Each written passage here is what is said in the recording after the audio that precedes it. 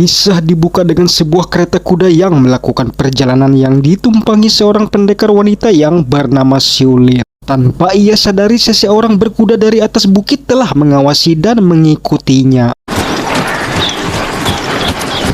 Dengan perlahan kereta kuda terus berjalan hingga tiba-tiba saja mendapat serangan dari sekelompok orang.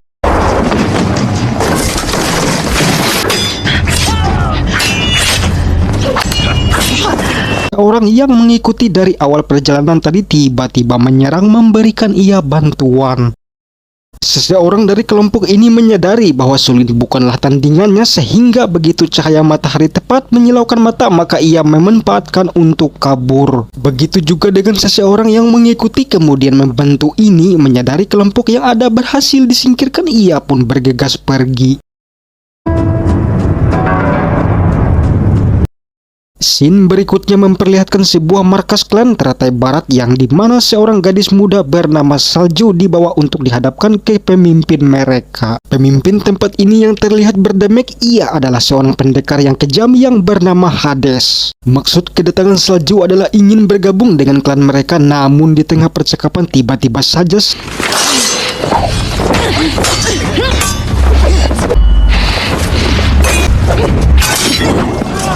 menggunakan pedang pun Salju tidak mampu mengalahkan Hades, apalagi pedangnya yang sudah patah. Alhasil Salju bergegas memilih kabur. Sementara itu seseorang dari kelompok yang menyerang Sulin yang berhasil kabur tadi, ia terus saja berlari. Sampai akhirnya ia menyadari bahwa ada sesuatu yang tengah mengawasi terus mengikutinya. Ia yang sudah lelah berlari akhirnya menyerukan agar sosok itu segera muncul. Who are you? Dan tiba-tiba saja begitu muncul ternyata seorang penyihir wanita. Penyihir ini meminta agar membawa ia ikut ke teratai barat untuk menemui Hades. Rupanya pria ini adalah anak buah Hades dari klan teratai barat tersebut.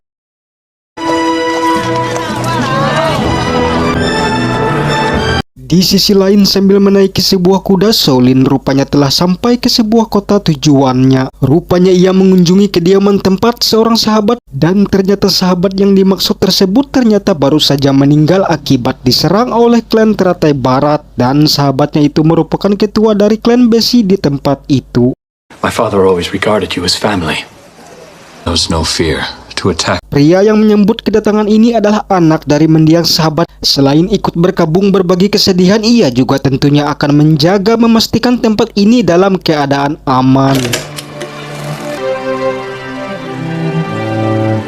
Karena rumor yang beredar Hades pemimpin klan teratai barat kapanpun bisa saja datang menyerang untuk mengambil sebuah pedang pusaka. A great lord has done your ambition.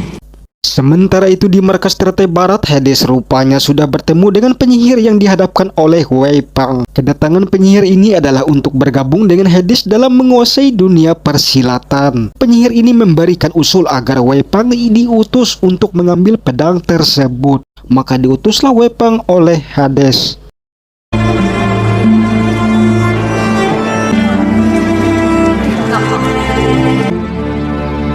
Tampak banyak tamu yang tergolong para pejabat berdatangan memberikan belasungkawa. Sahabat Sulin yang meninggal ini selain dari klan besi, mendiang juga rupanya adalah saudara dari kaisar yang berkuasa.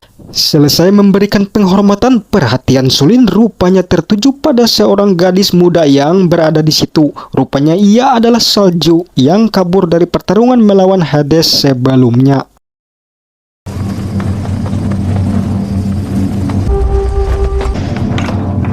Wei Pang yang sudah menyamar menjadi ninja ini, ia seakan tahu di mana letak pedang itu berada. Diam-diam ia sudah menyelinap berada di dalam sebuah ruangan.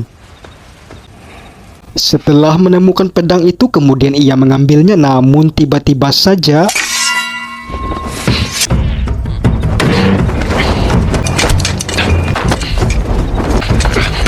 karena melihat sebuah tanda lahir di tubuh Wei Pang. Alhasil Wei Pang berhasil merebut pedang itu dan gadis yang terkena pukulan terpental hingga mengenai sebuah guci. Wei Pang yang melihat hal itu segera kabur. Sulin yang berada di situ akhirnya berhasil menangkap Wei Pang. Sulin yang tahu bahwa Wei Pang utusan Hades dan sebelumnya sudah pernah menyerang ia waktu di perjalanan. Setelah Wei Pang berhasil diamankan, Sulin kemudian kembali meletakkan pedang pusaka itu. Dan Salju rupanya mengikutinya, yang kehadirannya sebagai orang baru di tempat itu jelas membuat Sulin bertanya-tanya. Setelah mereka berkenalan dan melihat kehebatan Sulin tadi, maka Salju memohon agar mengajari ia bela diri. Tapi Sulin yang masih dalam keadaan bersedih suasana berkabung, maka waktu yang tidak tepat akhirnya ia menolak permintaan Salju tersebut. This type of injustice. Singkat kisah, di keesokan harinya menyadari situasi terancam atas peristiwa tersebut, maka Sulin membuat sebuah pesan mengumumkan yang akan ditempel di setiap pusat kota, yang dimana tujuannya adalah agar sisa-sisa klan besi yang terpecah tersebar di berbagai tempat bisa mengetahui bahwa ia meminta bantuan. Karena sebelumnya dampak dari serangan Hades yang berhasil menghabisi klan besi tersebut membuat klan itu terpecah. Berikut kita perkenalkan orang yang mengikuti dan membantu Sulin di awal. Ia adalah seorang pendekar dari barat yang bernama Meng Zhao. Meng Zhao merupakan salah satu sisa dari klan besi yang masih hidup. Maka ia pergi ke sebuah kedai berharap bisa menemukan orang-orang dari klan besi lainnya yang masih tersisa untuk membantu. This warrant is not for you. Silver ahead. That's... Pencarian anggota klan besi rupanya tidak berjalan mulus di awal. Di saat bersamaan 4 orang pendekar sisa dari klan besi rupanya mengetahui dan mereka pun ikut bergabung.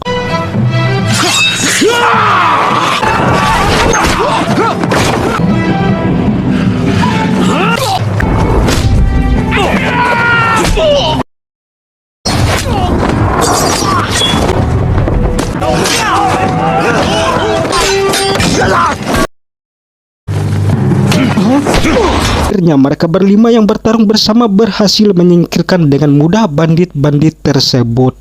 Singkat kisah, di kediaman klan besi, Sulin yang melihat Salju sedang berlatih sendiri langsung menghampirinya. Meski di awal Sulin tidak mengajarinya, akan tetapi karena klan sedang dalam bahaya dan ia memerlukan orang-orang yang berkemampuan lebih, maka Sulin pun bersedia mengajarinya.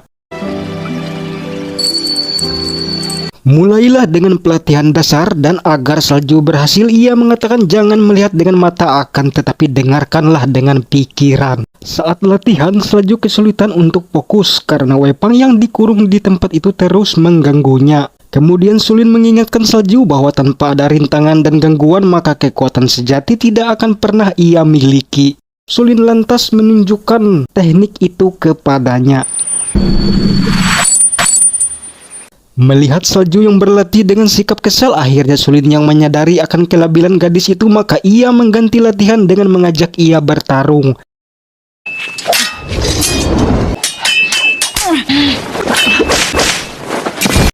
Setelah melihat jurus yang dikeluarkan Salju, akhirnya Sulin dapat menebak guru yang telah melatihnya sebelumnya. Singkat kisah, Meng Zhao dan keempat klan besi lainnya sudah tiba berada di kediaman tersebut dengan langsung disambut Sulin dan si pemilik tempat tersebut. Singkat kisah, Sulin dan Meng Zhao sedang mengobrol santai, dan dari percakapan mereka bahwa Sulin mengetahui bahwa ada ketertarikan antara Salju dan Wei Pang karena ia diam-diam sering memperhatikan mereka berdua yang terlihat sepertinya akrab dan merasakan akan ada bahaya yang ditimbulkan oleh mereka berdua tersebut. Meng Zhao yang mengetahui itu hanya mengatakan agar waspada dan biarkan waktu yang akan menjawab. Miss Nova! Dan di waktu yang sama anggota yang lain juga asik berkumpul sambil berjaga-jaga. Really, there is much you need to learn. Keesokan harinya, Salju berlatih kembali di tempat yang sama di mana Wei Pang yang ditawan juga berada di tempat itu. Seperti biasa meski diganggu, tapi kali ini setelah mendapat sebuah senyuman akhirnya ia pun diam. How can you hold so much wine and not smile? My problem. But what if you are their solution? Stop.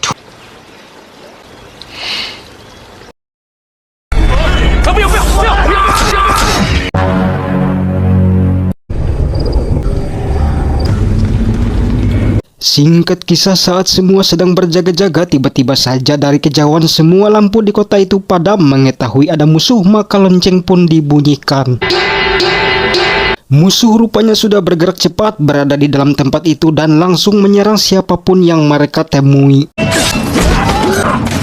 Di saat bersamaan rupanya salju menghampiri Wei-Pang. Ia mengatakan ibu dari Wei-Pang karena sebelumnya telah melihat tanda lahir di dada Wei-Pang. Salju juga mengatakan bahwa ibunya tersebut adalah gurunya sendiri yang telah tewas di tangan Hades. Jadi maksud kedatangannya adalah mengambil pedang pusaka untuk membalaskan dendam gurunya. Di saat mau membebaskan, seseorang pendekar anak buah Hades tiba-tiba muncul.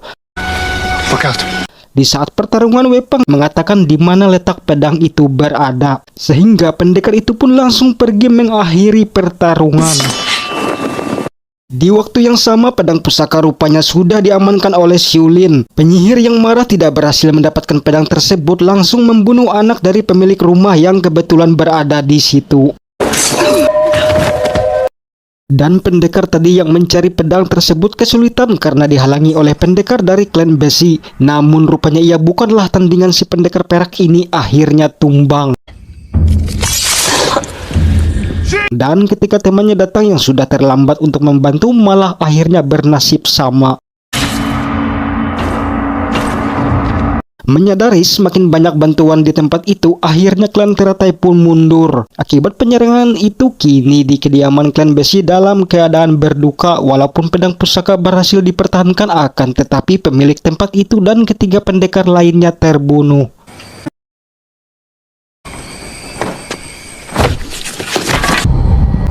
Singkat kisah, Jo rupanya diam-diam membebaskan Wei-Pang karena janjinya kepada mendiang gurunya yang merupakan ibu dari Wei-Pang bahwa harus menemukan anaknya dan menyelamatkan apabila dalam bahaya. Maka Salju menyuruh Wei-Pang untuk pergi. Di saat sedang berlari, Wei-Pang teringat bahwa ibunya yang dibunuh oleh Hades, langsung berbalik dan mengambil pedang pusaka tersebut. Felt the hand. Hilangnya pedang itu membuat gempar setelah seorang penjaga didapati dalam keadaan terluka. Rupanya Meng Zhao sudah bergerak lebih dulu dan menghalangi Wei-Pang membawa pedang itu. Di saat Wei-Pang terdesak tidak mampu mengimbangi Meng Zhao, tiba-tiba datang seseorang menyerang membantunya untuk mempertahankan pedang pusaka yang sudah direbut itu. Orang itu meminta Wei-Pang segera pergi membawa pedang itu sementara ia akan menghalangi Meng Zhao. Maka bergegaslah Wei-Pang pergi dan rupanya orang itu yang sekaligus guru dari Wei-Pang tampaknya tidak mampu mengimbangi teknik pedang Meng Zhao, akhirnya ia tumbang.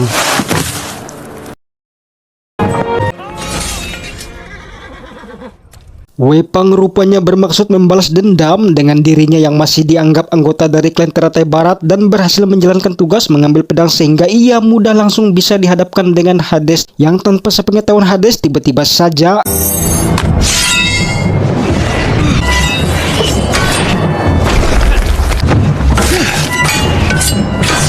di saat bersamaan Meng Zhao dan semua pendekar yang tersisa dari klan besi sudah berada menyerang.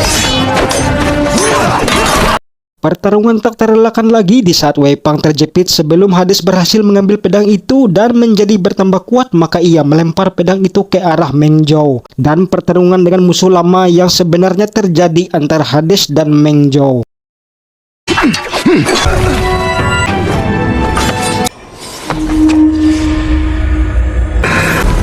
Di saat itu Xiulin juga berhadapan dengan si penyihir yang tentunya menggunakan ilmu halusinasinya.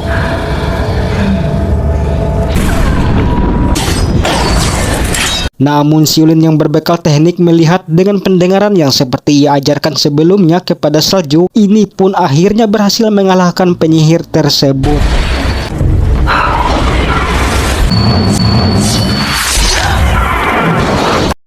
Sementara itu keadaan di luar juga tidak kalah sengit. Pendekarnya Hades ini akhirnya berhasil kembali menghabisi kedua pendekar klan besi tersebut setelah sebelumnya ia juga menghabisi kedua pendekar sebelumnya. Salju yang melihat kejadian itu langsung menyerang dan berbekal teknik yang sudah diajarkan Xiulin sebelumnya akhirnya ia berhasil menjatuhkan pendekar itu.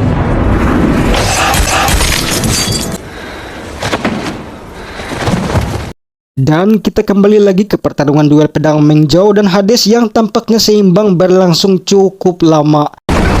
Sehingga akhirnya Meng Zhao menggunakan hasrat Hades yang ingin sekali memiliki pedang itu, maka ia memanfaatkan untuk mengecohnya dengan lebih dulu mengambil pedang Hades dan menghujamkannya tepat di tubuh Hades.